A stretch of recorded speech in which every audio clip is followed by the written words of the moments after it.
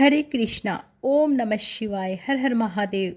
आज अपने आप सुनेंगे अश्विन मास के शुक्ल पक्ष की पापांकुशा एकादशी की व्रत कथा। इस एकादशी को हम पापांकुशा एकादशी के नाम से जानते हैं। अपने नाम के अनुसार ही यह पुण्य फलदायी होती है। एकादशी पापों से मुक्ति दिलाने वाली होती है।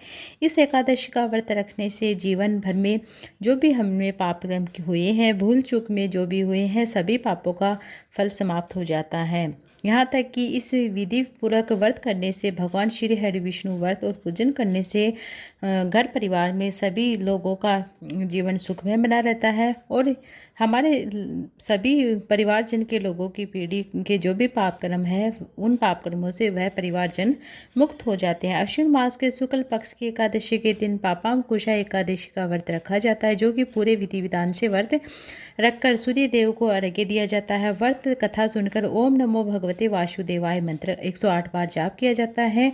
आइए सुनते हैं मंगल जीवन की कामना करते हुए यह व्रत कथा। पापा में एकादशी व्रत कथा। एकादशी व्रत कथा शुरू करने से पहले आप सभी को अनुरोध है कि कमेंट बॉक्स में भगवान श्री हरि नारायण की जयकारा जरूर से लिखिएगा।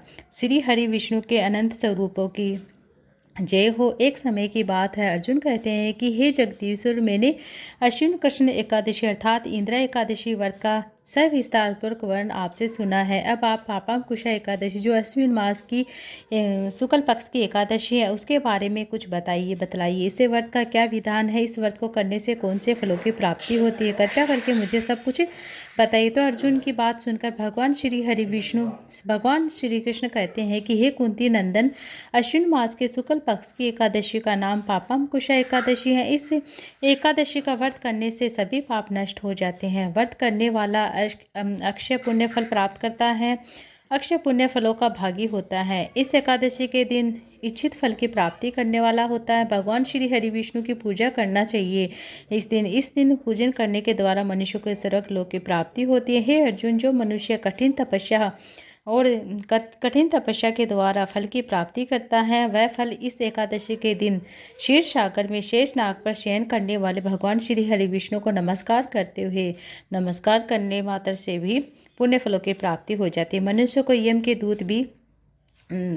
की यातना नहीं सहनी पड़ती है। अपने जीवन में समस्त सुखों का सुख भोगता हुआ वह अंत में मोक्ष धाम को प्राप्त हो जाता है, अंत में विष्णु धाम को प्राप्त हो जाता है। मनुष्य को पाप से बचने का दृढ़ संकल्प करना चाहिए। उसके बाद में भगवान श्री हरि विष्णु का ध्यान करते हुए किसी स्वरूप में सुखदायक और पाप नाशक है परंतु पापांकुशा एकादशी के दिन पर प्रभु का स्मरण करते हुए कीर्तन करना चाहिए। सभी कलह कलेश पापों का नाश करने वाला होता है। अब मैं तुम्हें इस व्रत की कथा सुनाता हूँ। ध्यान से सुनिएगा। ध्यानपूर्वक सुनता हुआ।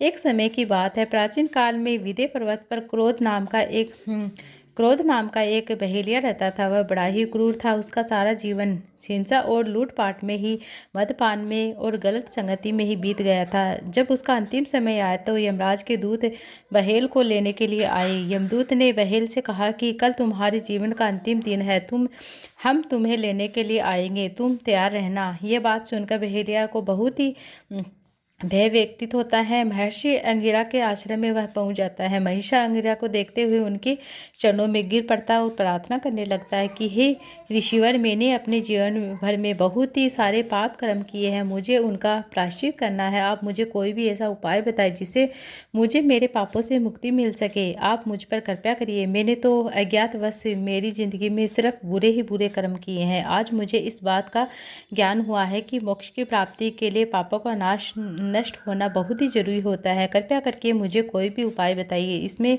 मेरे सारे पाप नष्ट हो जाए, मैं मोक्ष को प्राप्त हो सकूं। इसमें बारंबार निवेदन करने पर महर्षि अंगिरा ने उसे अश्विन शुक्ल पक्ष की पापांकुशा एकादशी व्रत की विधि पूर्वक करने को कहा। वह बोला कि हे ऋषिवर, आप मुझे इस व्रत की विधि बताइए, मैं इस व्रत को अवश्य करूँगा, इस व्रत को अवश्य धारण करूँगा। जो तो महर्षि अंगिरा से व्रत की सारी विधि जानकर बहेलिया बहुत ही खुशी खुशी महर्षि को प्रणाम करते हुए खुशी खुशी अपने घर को लौट जाता। दूसरे दिन अश्विन मास के शुक्ल पक्ष की पापांकुशा एकादशी थी। सुबह जल्दी उठकर नदी में स्नान करके फिर वह व्रत का संकल्प लेता है, व्रत कथा सुनता है, विष्णु के मंत्रों का जप करता है, फिर सूर्यदेव को अर्घ्य देता है, अपने पापों के निवारण के लिए प्रार्थना करता है।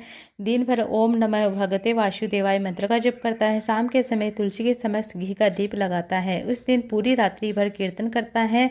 दूसरे दिन सुबह जल्दी उठता है, सात्विक भोजन करता है, लक्ष्मी नारायण की पूजा करता है, तुलसी माता की पूजा करता है, ब्राह्मण को बुलाकर भोजन कराता है। ब्राह्मण सोचने लगते कि सारी उम्र पाप करने वाला इस बहेलिया को आज क्या हो गया है। भोजन करने के बाद में उसे यथासंभव दान दक्षिणा दी, वस्त्र और ब्राह्मणों को भेंट दिए, उन्हें चरण स्पर्श किए, उनका आशीर्वाद लिया। फिर पूजा पाठ उन्होंने किया। भूल चूक के लिए भगवान श्री हरि विष्णु से माफ़ी मांगी। फिर अपने व्रत का पालन किया तो व्रत के प्रभाव से उसे अपने सारे पापों से छुटकारा मिल जाता है। एकादशी व्रत के फल से वह भगवान श्री हरि विष्णु नारायण लोक धाम को चला जाता है। जब यमराज के दूत उसे चमत्कार को देखकर बड़े ही हैरान हो जाते हैं। यमराज को जाकर एकादशी व्रत के बारे में बतलाने लगते हैं। यमराज ने कहा कि जो भी मनुष्य एकादशी का व्रत करता है उसे मैं छू नहीं सकता, तो विष्णु लोक का अधिकारी हो जाता है। इस पर पापांकुशा एकादशी का व्रत करने से बहेली के सारे जीवन के पाप नष्ट हो जाते हैं, वह मोक्ष